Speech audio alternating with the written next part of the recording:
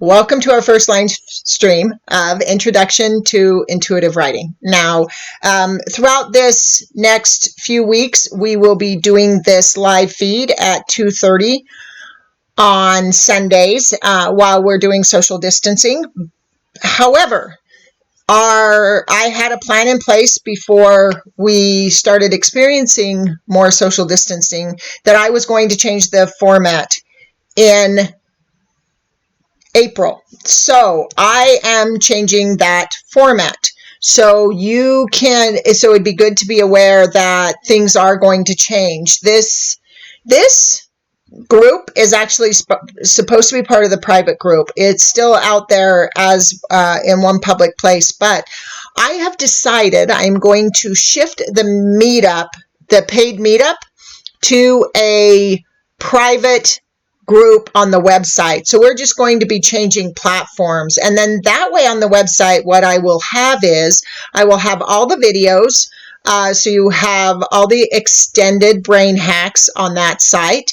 And they'll be easy, just lined up right in a row, like the regular brain hacks are on the video and articles page.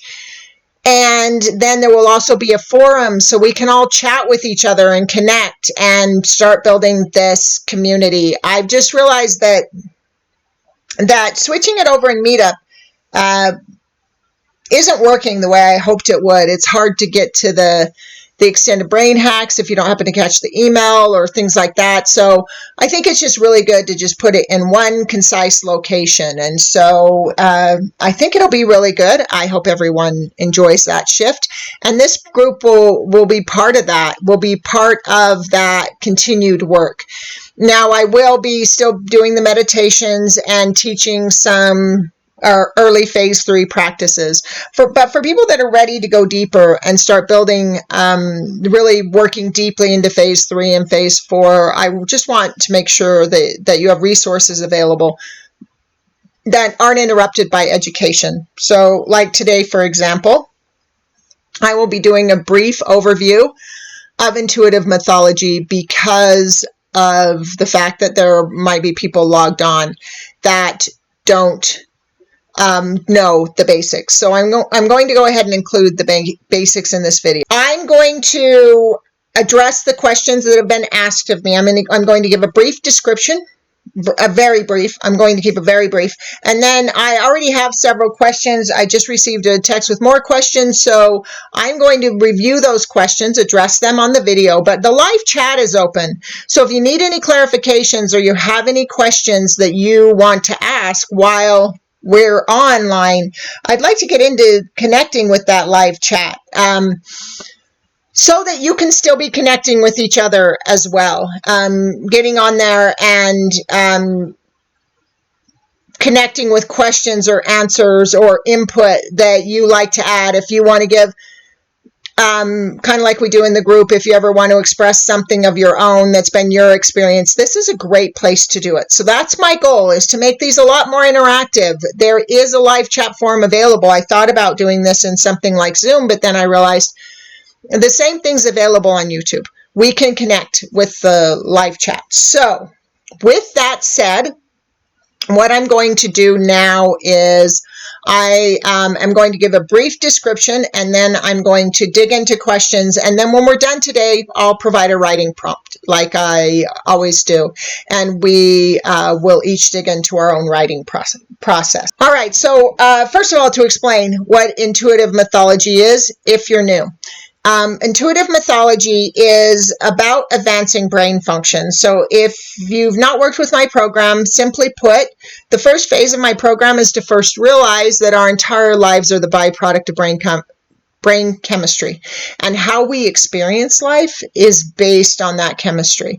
So if I'm sad, or if I'm angry, or if I'm happy, or if I'm positive or motivated, or any of these things we tend to think of as conditions, are actually the result of the brain function. And so we can alter that brain function to have a different result. So that's phase 1.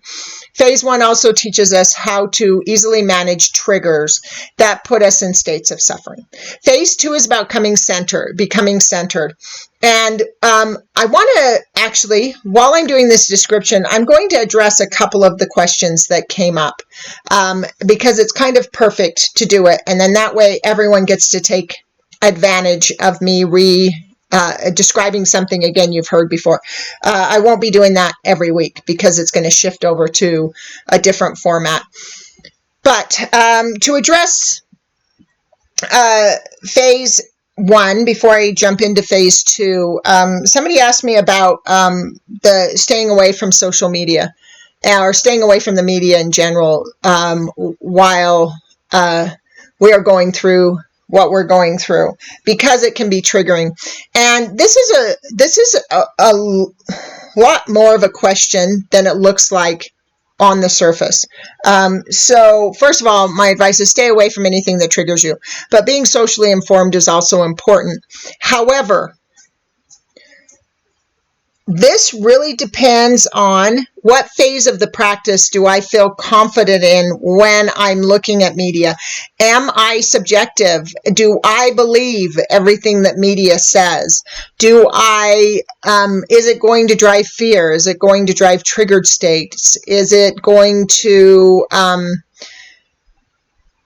if I've done a practice and I've worked to a place of clarity and I feel good about where I am and how I'm going to manage whatever's happening, whether it's an earthquake or a virus or the loss of a job or the end of a relationship, whatever I'm managing, if I get to a place of clarity in that thing, if I get to a place of feeling good, this is a mistake we often make. We get to a place of feeling good and then we think we can hang out around our triggers again. And we haven't completely shrunk the amygdala enough to have eliminated the trigger. So when you get into a place where you're centered and clear, to re-engage the amygdala by participating in things that trigger you is just undoing the work you did. So it's better to let that clarity drive you. If you do a meditation and you feel like, you know what, I feel like things are going to be okay. I feel like we're managing it. There's a lot of communication. A lot of people are staying indoors, respecting, meeting the 5 things of not going anywhere if you don't have to, wash your hands, don't touch your face, don't stand closer than 3 feet to anyone. If we're in the space where we're in clarity on that and we think, okay, yeah, I can manage that. I think we're going to be okay. But I'm the type of person that triggers if I watch the news and they start screaming, we're all going to die. Don't go back to the news. Continue with the meditative state. Now, if you want information and you're a person who triggers, right, because it is important to stay informed. I'm a person that I don't follow the news. I don't connect with that in any way, but I'm more engaged in connecting with it now than usual because I want to be informed, but I'm also not a person who triggers. So what I recommend, if you're a person who triggers and you want to stay informed, but media is going to be one of those triggers, connect with someone you trust and tell them, so this media thing triggers me. Listening to the news, listening to what's happening gets me triggered. I just watched so much happen with the earthquake and people just take it so far. And it was like earthquakes happen and it became this huge thing because so many people are already triggered by the virus. So just pick a person and have them notify you. Be creative. I only come up with that idea because I'm in the part of my brain that's going to be innovative. So find a way to stay away from what triggers you and to still get what you need. Find a way to do it in a way that's not triggering. If there are certain people in your life that are super triggering, the kind of people that are going to just go on about something, just tell them, I can't talk to you right now. I can't talk to you about this, or whatever you need to do. So stay away from anything that triggers you and use innovation to help make your decisions, to help clarify where you want to go. That's a perfect example of phase 1 in the fact that phase 1 is all about realizing how I experience life. whether the world is falling apart around me or not, how I experience life is going to be based on the chemical I keep myself in. So I want to keep myself out of those negative triggers and into more positive sensory triggers, into more innovative thought. So that helps kind of negotiate that what we're talking about when we're doing phase 1. Phase 2 is that being centered. And this is, again, critical. Don't try to do your mythology if you're triggered, right? And so phase 2 is about bringing ourselves into our prefrontal cortex. So I had some questions I've combined here because a couple people asked them. And that is, what if I'm struggling with getting into my phase 3 practice? For some people, it was other people that around them, people in their environment that were causing them to, like they would get centered and then someone else around them would create triggers, and then they'd struggle getting to their practice. For some people, it was the time of day. Again, I'm going to tell you before bed is the best time. And for some people, that might be when they're most triggered. What I want to say about this is the most important thing we can do in this work, especially as we get to phase 3 and better, is continually return to experimenting. Continually return to trying different practices to see which yield the best results. Sometimes we might be in a practice that's really not, it can be intuitive mythology and we can be re-identifying, and it can be a phase 1 practice if that's an easy thing for us to do. So it's really important that we pay attention, that we are constantly evaluating our practices. So if you're having a hard time getting into phase 3, that is a good time to experiment with phase 2 practices. Because once you're centered, once the trigger is turned off, that issue goes away, right? That struggle goes away. That inability to be in phase 3. So also keep experimenting and paying attention to if your phase 3 practices are the right phase 3 practices, to make sure that you're feeling the difference after, and it should be a difference that's fairly sustainable. If you need to up your practices to 20 minutes 3 times a day through this time, do that. Being centered is the most important thing in the world. It creates safety. And so when things get more complicated in the world, that's when we need to be more centered. So sometimes there are going to be conditions in the world that require us to up our game. And that's what we want to do. We want to get to the point where no condition puts us off our track, because the minute we feel ourselves going off our track, we'll return to a practice.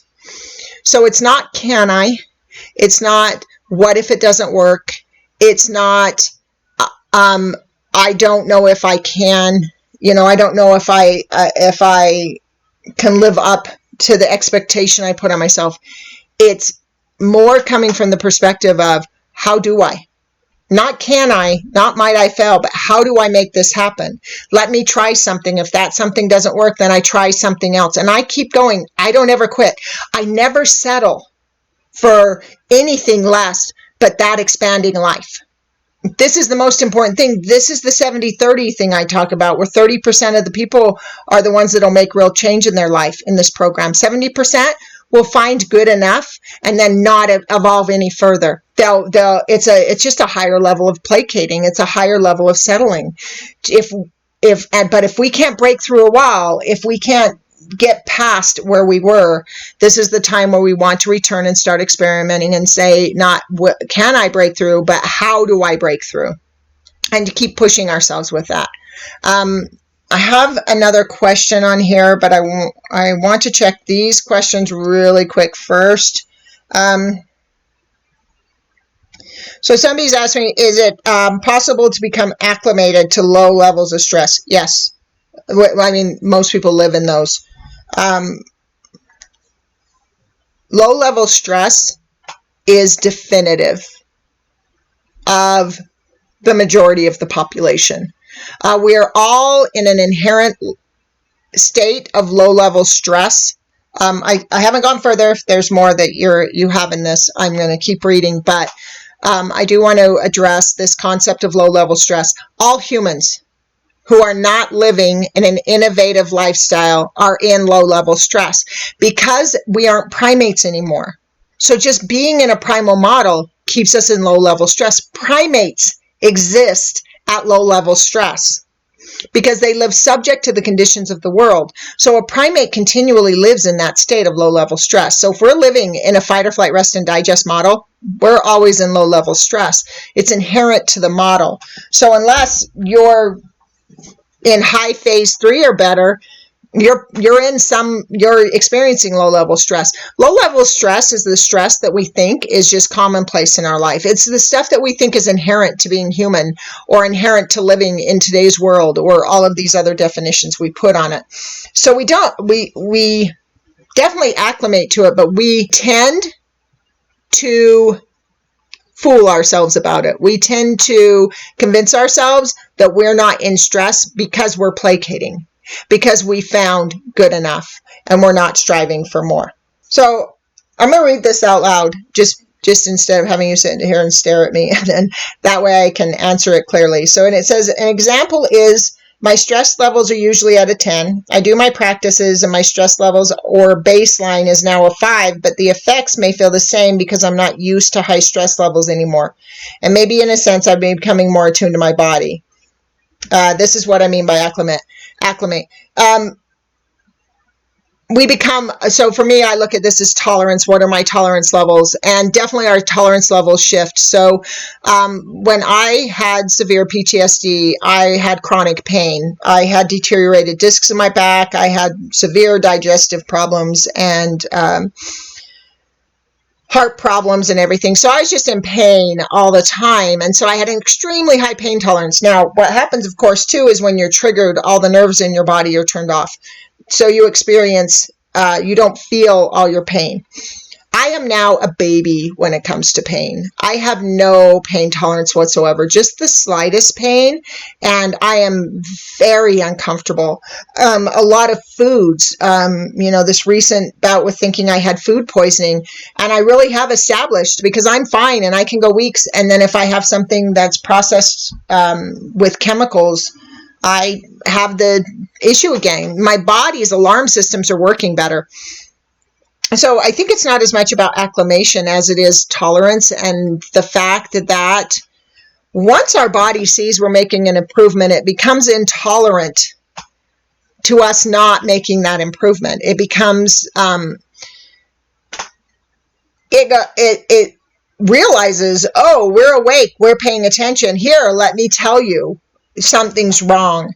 So, I think the biggest thing is that realizing there's no limit to that baseline. So what I would do is, instead of thinking, oh, I was off the chart stressed and now I'm just mildly stressed all the time, try instead to reach for that centered space that is the result of mythology and see how long you can sustain low levels of stress, just to start convincing your brain it's possible.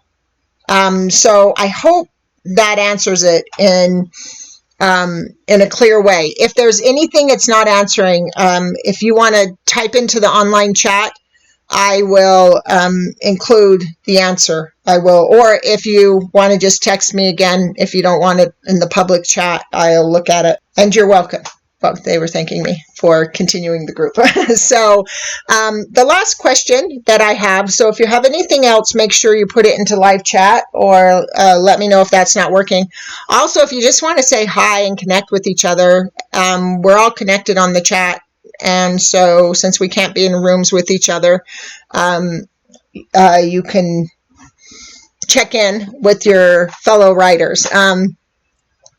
So I had so this last question is the one I want to approach from this concept of, okay, so for the new person, our phase 3 practices are about strengthening that striatum and building the relationship between the left and right hemisphere of the brain.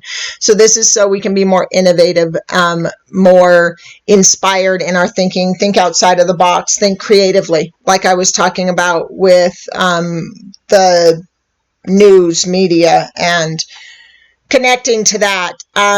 So in building this relationship, a big part of it, and I think a part that gets left out a lot of people just write mythology, and that's great. Mythology will transform your life.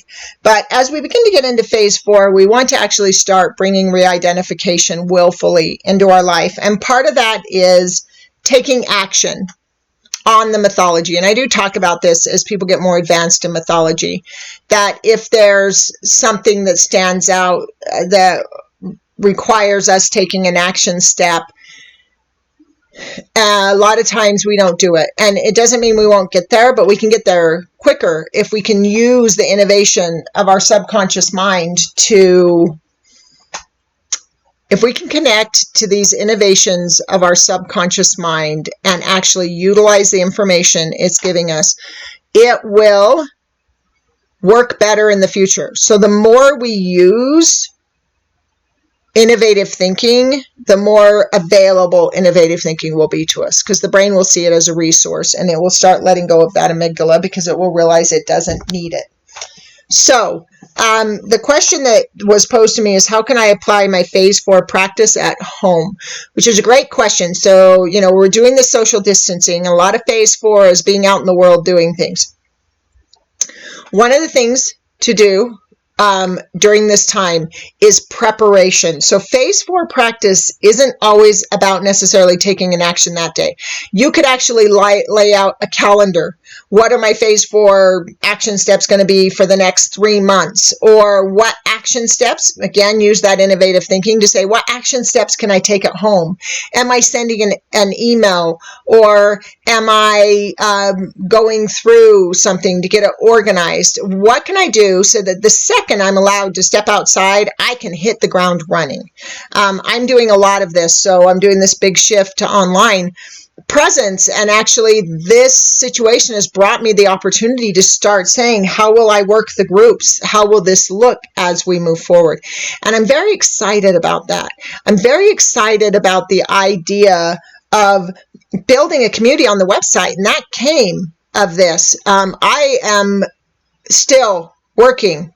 We're probably working 16 hours a day, but when we're doing this, we really want to connect with the idea of what action can I take towards things while within my environment. So if that becomes, okay, I'm to the point where it's only outside action steps, what sets me up in that way?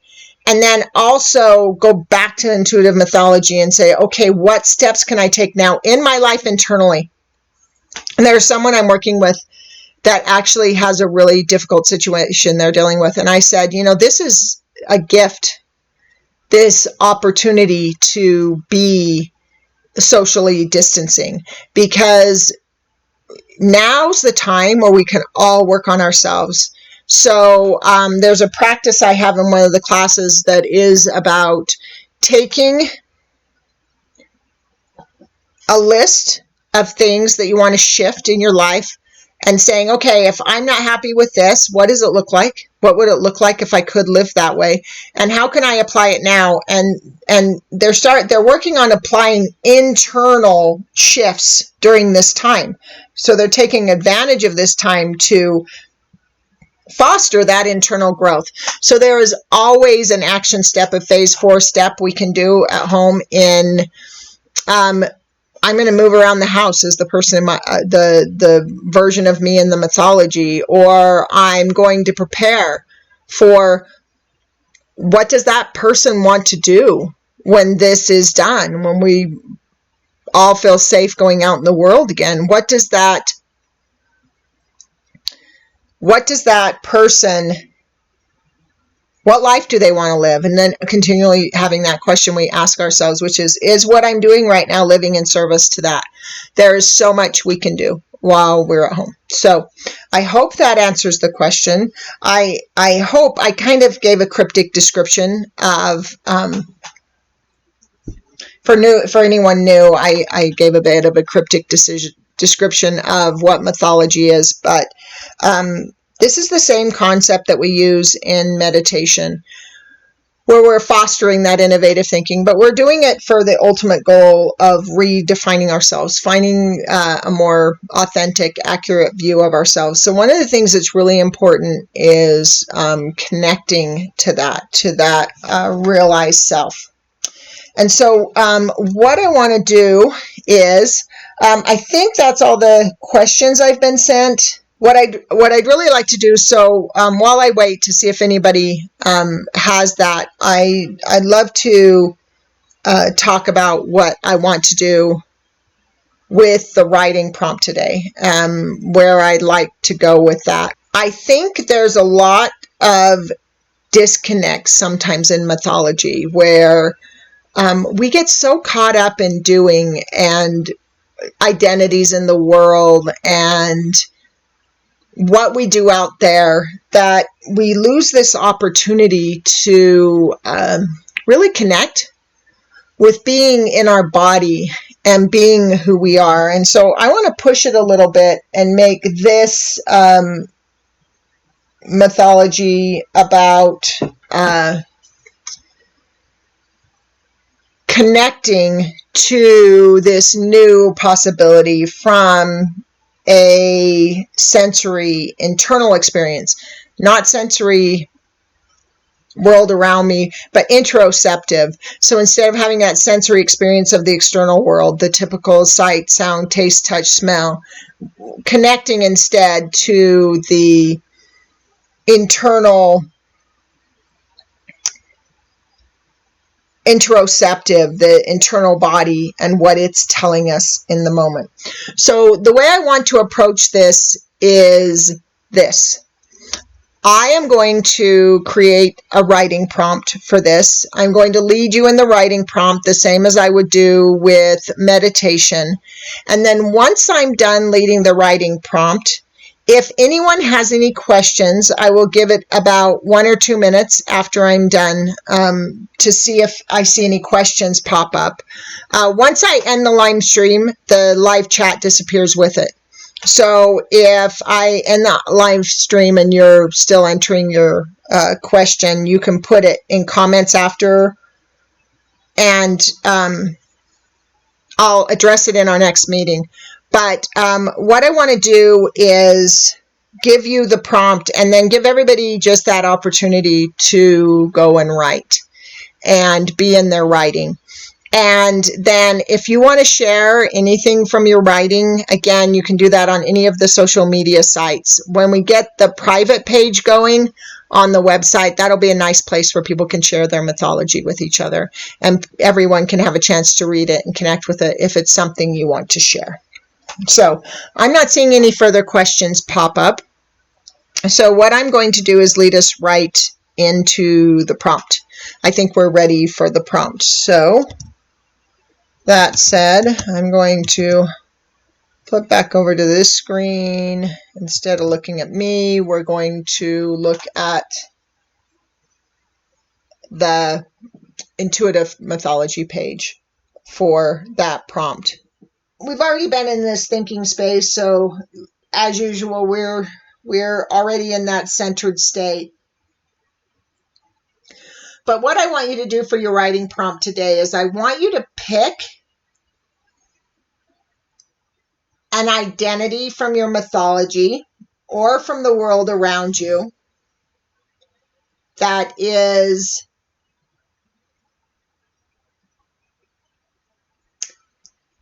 that inspired version, that ideal you would imagine. So it could be, again, an identity from your mythology, or it could be a famous person or someone from history, or maybe someone you dreamed of being. But I want you to pick an identity that's this ideal version. And I want you to start your mythology by describing that identity.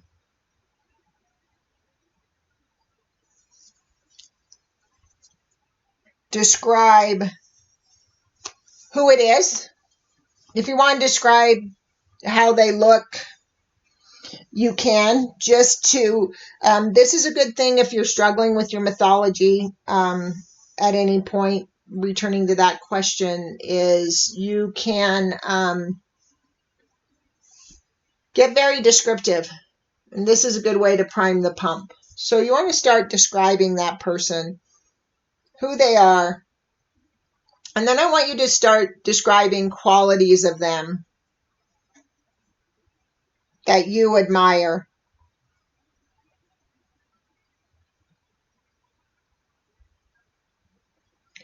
What about them is inspirational to you?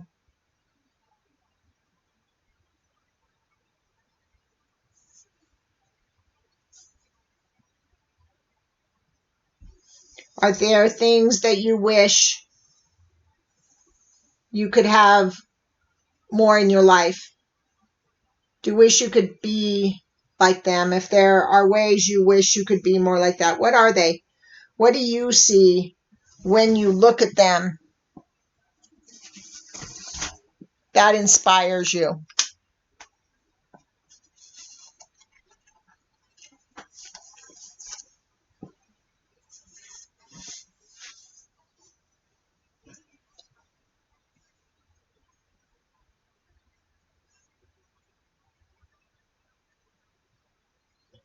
And make sure you include in that qualities of their being.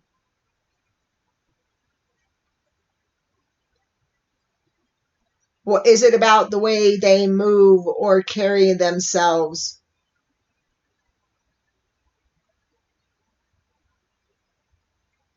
If you were trying to describe to someone their essence, how would you describe that?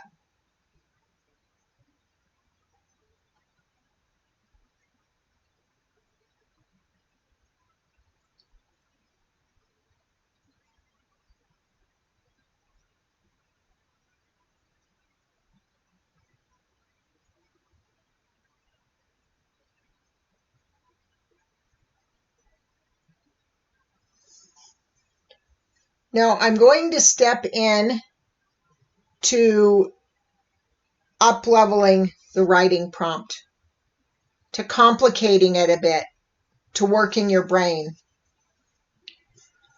I want you to step inside their head.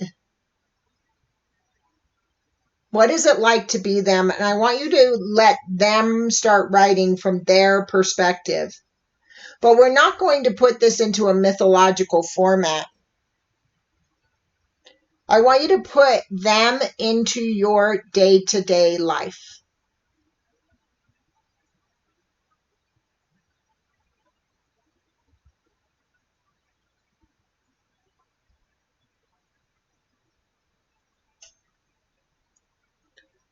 So, what do they do with their day when they wake up in your bed?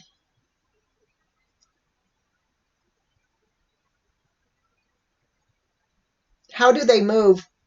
What's the first thing they do in the morning?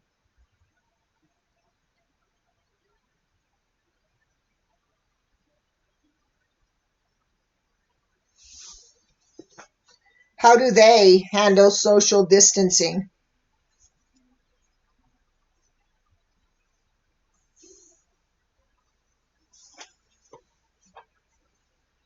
How do they handle an earthquake?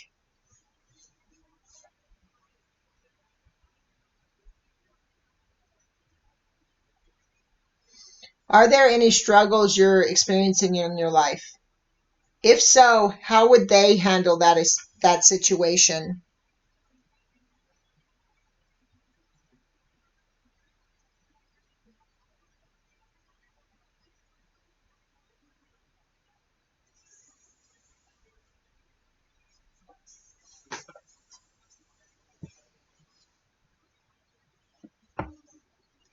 So I want you to take them into every aspect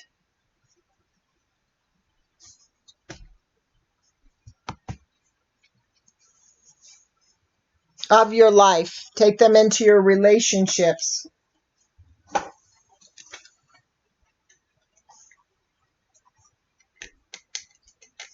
into your financial life, into your practices. What do they do?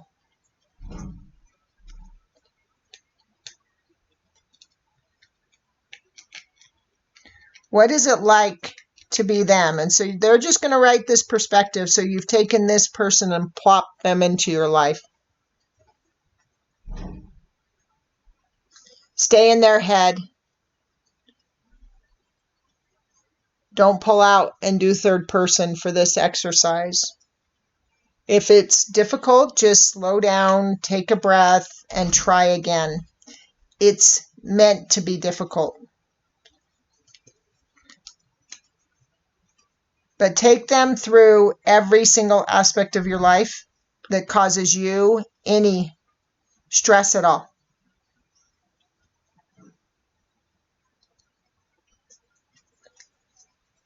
And while you dig into writing, I am going to go ahead and end the stream. So if you have any questions, just send them over social media and I'll address them the next time we meet. You can send questions to me all week, and that way I can address them right at the beginning of our groups. We will meet again live next Sunday. And then the following week, things will shift a bit, but I will give you an update on that. I think you'll be excited about the shift, about the possibility. So it's already what I said I was going to do. I just found a better way to do it. So it's not about a change, it's about an improvement. So I hope you all have a great writing practice, and I will look forward to connecting with you on one of the upcoming streams. I'll be live again tomorrow for the brain hack. I hope you have a beautiful day.